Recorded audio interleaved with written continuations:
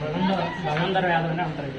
ఇది 5-6 సంవత్సరాలైనా 6 సంవత్సరాలైనా సరే ఇది తగ్గడం చాలా ఘోరంగా ఉంటుంది. ఎన్ని మందులు వేసినా సాధారణంగా ఈ వ్యాధులు తగ్గవు.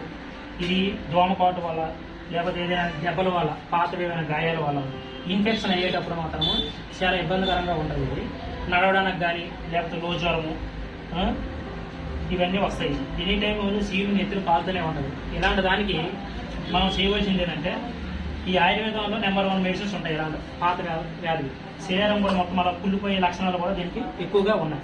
ఈ వ్యాధి లక్షణాలు అన్నమాట. దీనికి ఎక్కువగా జ్వరము లేదా ఘోర వ్యాధి లక్షణాలు కూడా దీనికి ఎక్కువగా కనిపిస్తాయి. దీనికి చేసే పద్ధతి ఏంటంటే దీనికి కొన్ని మెడిసిన్స్ ఉన్నాయి. నెక్స్ట్ వీడియోలో చెప్తా.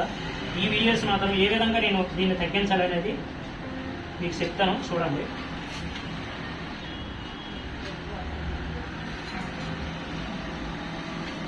దీన్ని వెసరాయనే మెడిసిన్స్ అంటారు. ఇది మూలికలతో తయారు చేస్తారు. ఈ వ్యాధి లక్షణాలు ఉన్న వాళ్ళకి ఎక్కువగా ఇది పైన అప్లై చేసేసి ఈ వెసనాయనాన్ని అప్లై చేసేసి దీనికి ఈ మందు లక్షణాలు ఏవేవని నేను మూలికలు నెక్స్ట్ వీడియోలో మీకు చెప్తాను. ఇది మాత్రం ఫస్ట్ రాసే విధానం. ఇలాంటి ముందు వ్యాధులు కూడా మన దగ్గర తొందరగా తగ్గడానికి 100% మనకు వైద్యం ఇది.